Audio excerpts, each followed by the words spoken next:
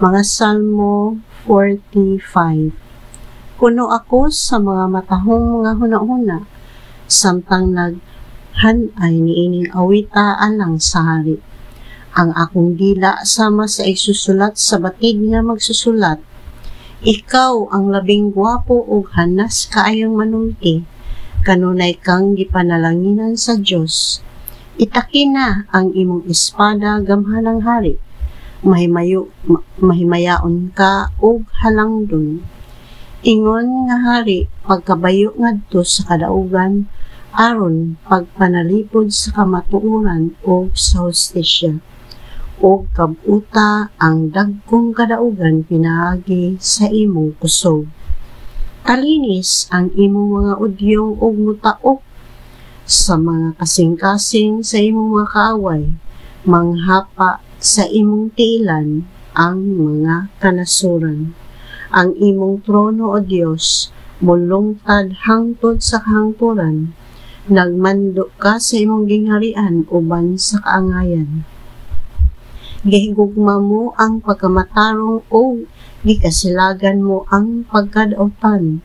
Maoy hinungdan nga ang Dios, ang imong Dios, nagpili kanimo ug naghatag kanimo labaw pang kalipay kay kang bisan kinsa. Ang kahumot sa mira, aloy o kasiya, nangalimyon sa imong bisti. Lingawon ka sa mga musikero dito sa mga palasyo, sa mga tango, sa elepante. Ang pipila sa mga dalaga diha sa imong palasyo, mga anak sa mga hari, ug sa tuo sa imong trono nagbarog ang rayna, nga gidayandayanan sa labing mahal nga bulawan gikan sa Ophir. O pangasaw-unon sa hari, pamatia ang akong isulti, kalimti ang imong katawhan o ang imong mga kadugo.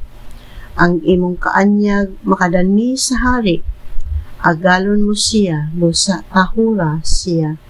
Magdala kanimo mga gasa ang mga tao sa Tiro, maninguha sa pagpahimuot kanimo ang mga adunahan pinaagi sa nagkalain-laing bahandi.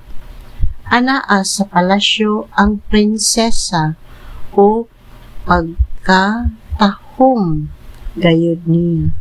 Ang bisti niya binordahan og bulawan, sinuluban sa matahom nga bisti dadon siya ngadto sa hari. Kinuyugan sa iyang mga dama. Musulod sila sa palasyo sa hari, uban ang kalipay o pagmaya. Makabaton kag daghang anak nga lalaki nga mao'y mupuli sa imong katigulangan, o himuon mo silang mga hari sa tibuok kalibutan. Ang imong kabantog hinumduman hangtod sa tanang kaliwatan, pinaagi sa akong awit, ug ang tanang katawhan magdayeg kanimo hangtod sa kahangtunan.